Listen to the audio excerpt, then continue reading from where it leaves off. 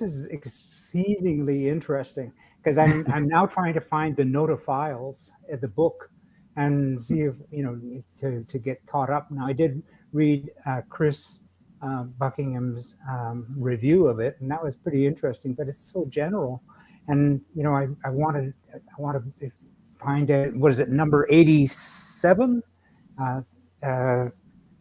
Bruce Bloodworth's 87. Yeah. If I can find that, I'll be so happy. Well, you want the book? Well, I'm going to find. I will find the book. I've got one. You've got one. Actually, two. One for each car. Okay. Because the other car, my son's got it, and he's restoring it. It's almost finished. Okay. And it's number 35.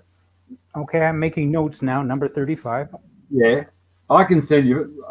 As time goes by, we'll get photos of that as well, Jim. You know. I would think that that's a precious commodity. The book. There's not that many in circulation. It's not easy to come by. Both cars came with a book.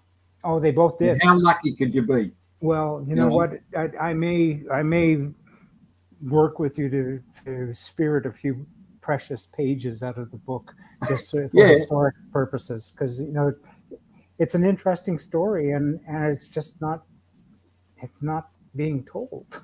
I mean, even going to the Nota's factory site, it's just like it's good, but it's not enough. There's not enough meat on the bone there. It's not 100% accurate either. Yeah. I've read on some sites that there are some things that are need to be fleshed out.